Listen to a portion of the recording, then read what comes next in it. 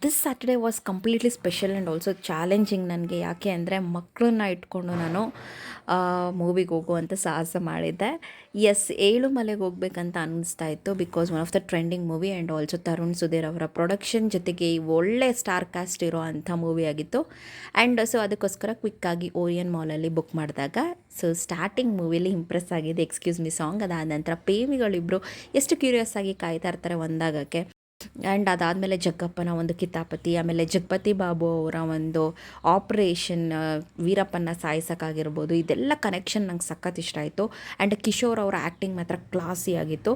ಇದಾದಮೇಲೆ ಬರುತ್ತೆ ನೋಡಿ ಇಂಟರ್ವಲ್ಲಲ್ಲಿ ಎಷ್ಟು ಸಸ್ಪೆನ್ಸ್ ಥ್ರಿಲ್ಲರ್ ಆಗಿದೆ ಅಂತ ಹೇಳಿದ್ರೆ ತುಂಬ ಚೆನ್ನಾಗಿದೆ. ಅದಾದಮೇಲೆ ಟೈಟಲ್ ಬಂದು ಇಂಟರ್ವಲಲ್ಲಿ ತೋರಿಸ್ತಾರೆ, ಸ್ಟಾರ್ಟಿಂಗಲ್ಲಿ ತೋರಿಸಲ್ಲ, ಅದು ಕೂಡ ಸ್ವಲ್ಪ ಇಂಪ್ರೆಸ್ ಆಯಿತು. ಸೊ ಅದು ಪ್ರೀತಿನ ಸೇರೋಕ್ಕೆ ಹೀರೋ ಎಷ್ಟೆಲ್ಲ ಫೈಟ್ ಮಾಡ್ತಾನೆ, ಏನೇನೆಲ್ಲ ಮಾಡ್ತಾನೆ ಅಂತ ಕಂಪ್ಲೀಟಾಗಿ ಮೂವಿಲಿ ತೋರಿಸಿದ್ದಾರೆ. ಆ್ಯಂಡ್ ಈ ಒಂದು ಕಂಪ್ಲೀಟ್ ವೀರಪ್ಪನ ಸಾಯಿಸಿದಂಥ ದಿನ ಅವರು ರೆಡ್ ಆ್ಯಂಡ್ ಆಗಿ ಸಿಕ್ಕಿದಂಥ ಒಂದು ಸೀನ್, ಇದು ಕೂಡ ತುಂಬ ಚೆನ್ನಾಗಿತ್ತು.